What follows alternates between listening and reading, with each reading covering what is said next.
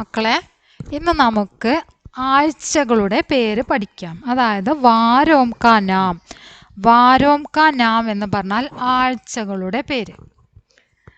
ഇത് നിങ്ങൾക്ക് എപ്പോഴും ആവശ്യം വരുന്നതാണ്. ഡയറി എഴുതാനും അല്ലാതെയും ഒക്കെ നമുക്ക് നിത്യജീവിതത്തിൽ തന്നെ ആവശ്യം വരുന്ന കാര്യമാണ് അല്ലേ? ആഴ്ചകളുടെ പേര് നമുക്ക് അറിഞ്ഞിരിക്കണം.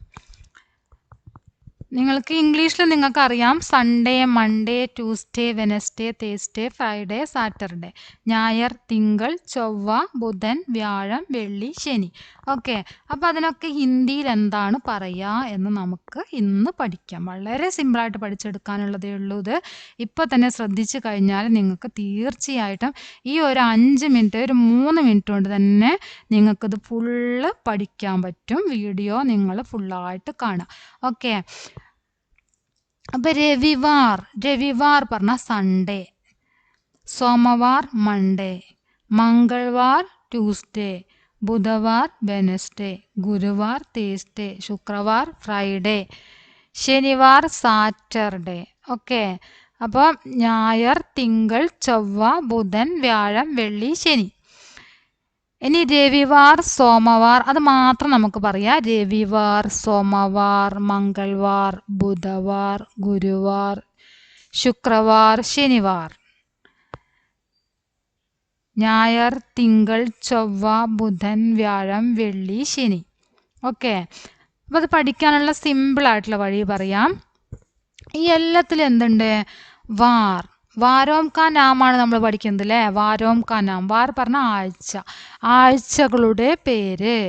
ഇപ്പം രവിവാർ, സോമവാർ, എല്ലാത്തിലും ആഴ്ച ആഴ്ച ആഴ്ച എന്ന് എഴുതിയിട്ട് വാർ പറഞ്ഞ ആഴ്ചയാണ്.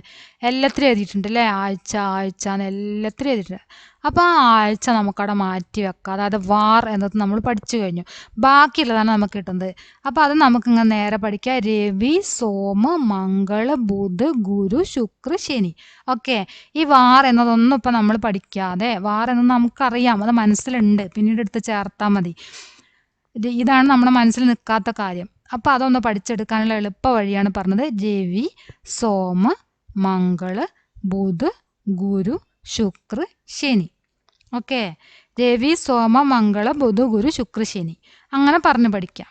എന്നിട്ട് അതിൻ്റെ കൂടെ എന്ത് ചെയ്യുക? വാർ എന്ന് ചേർത്ത് കൊടുക്കുക. രവിവാർ, സോമവാർ, മംഗൾവാർ, ബുധവാർ, ഗുരുവാർ, ശുക്രവാർ, ശനിവാർ. ഓക്കെ, അപ്പോൾ ഒന്നുകൂടെ നോക്കാം. രവി, സോമ, മംഗള, ബുധ, ഗുരു, ശുക്ര, ശനി. എന്നിട്ട് അതിൻ്റെ കൂടെ വാർ ചേർത്ത് പഠിച്ചു കഴിഞ്ഞാൽ നിങ്ങൾക്ക് പെട്ടെന്ന് പഠിച്ചെടുക്കാൻ പറ്റും. രവിവാർ, സോമവാർ, മംഗൾവാർ, ബുധവാർ, ഗുരുവാർ, ശുക്രവാർ, ശനിവാർ. ഓക്കെ, അപ്പോൾ നമ്മൾ ആഴ്ചകളുടെ പേര് പഠിച്ചു കഴിഞ്ഞു. വളരെ സിമ്പിളായിട്ട് തന്നെ 2 മിനിറ്റ് കൊണ്ട് തന്നെ നമ്മൾ ആഴ്ചകളുടെ പേര് പഠിച്ചു കഴിഞ്ഞു. എല്ലാവരും ശരിക്കും പഠിക്കുക. എപ്പോഴും ആവശ്യം വരുന്ന കാര്യമാണ്. നിങ്ങൾക്ക് ഡയറി എഴുതുമ്പോഴും അല്ലാതെയും ഒക്കെ ഉപകാരപ്പെടുന്ന ഒരു വീഡിയോ ആണത്. ഫുള്ളായിട്ട് കാണുക, കണ്ടിട്ട് പഠിക്കുക, നിങ്ങളുടെ അഭിപ്രായങ്ങൾ അറിയിക്കുക. അതുപോലെ തന്നെ നിങ്ങൾ ലൈക്ക് ചെയ്യുക, ഷെയർ ചെയ്യുക. ഓക്കെ.